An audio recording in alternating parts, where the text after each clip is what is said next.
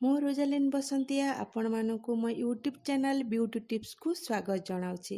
ଆଜିକାର ବ୍ୟୁଟି ଟିପ୍ସର ବିଷୟବସ୍ତୁ ହେଉଛି ଘରୋଇ ଭାବେ କିପରି ପ୍ୟାକ୍ ପ୍ରସ୍ତୁତ କରିବା। କଦଳୀ ଓ ମହୁକୁ ଭଲ ଭାବରେ ମିଶାଇ ତାହା ପ୍ୟାକ୍ ଭଳି ତ୍ୱଚାରେ ଲଗାନ୍ତୁ। ଏହି ପ୍ୟାକ୍କୁ ହାତ ଓ ପାଦରେ ମଧ୍ୟ ଲଗାଇ ପାରିବେ। ଏହାକୁ 15ରୁ 20 ମିନିଟ୍ ପର୍ଯ୍ୟନ୍ତ ତ୍ୱଚାରେ ରଖନ୍ତୁ। ଏହା ଶୁଖିଗଲା ପରେ ଉଷୁମ ପାଣିରେ ମୁହଁ ଧୋଇ ଦିଅନ୍ତୁ। ପେସ୍ତା ବାଦାମକୁ ରାତିରେ ପାଣିରେ ଭିଜାଇ ରଖନ୍ତୁ। ସକାଳୁ ତାହାକୁ ବାଟି ସେଥିରେ ଅଳ୍ପ କଞ୍ଚା କ୍ଷୀର ମିଶାଇ ପ୍ୟାକ୍ ଭଳି ଲଗାନ୍ତୁ। 20ରୁ 25 ମିନିଟ୍ ପର୍ଯ୍ୟନ୍ତ ତ୍ୱଚାରେ ରଖନ୍ତୁ। ଏହି ପ୍ୟାକ୍ ନିୟମିତ ଲଗାଇଲେ ତ୍ୱଚାରେ ଚମକ ଆସିଥାଏ। କାଜୁକୁ ଭଲ ଭାବରେ ଗୁଣ୍ଡ କରି ସେଥିରେ କମଳା ରସ ମିଶାଇ ପ୍ୟାକ୍ ବନାନ୍ତୁ। ଏହାକୁ ନିୟମିତ ବ୍ୟବହାର କଲେ ରଙ୍ଗ ସଫା ହେବା ସହିତ ବ୍ରଣ ମଧ୍ୟ ହୋଇନଥାଏ।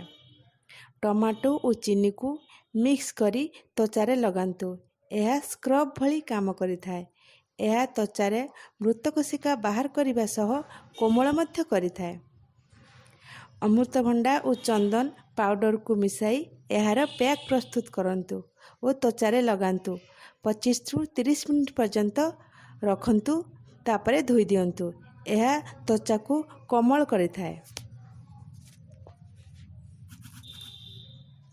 ଆଶା ଅଛି ଫ୍ରେଣ୍ଡ ଆପଣମାନଙ୍କୁ ମୋ ଭିଡ଼ିଓ ଭଲ ଲାଗିଥିବ।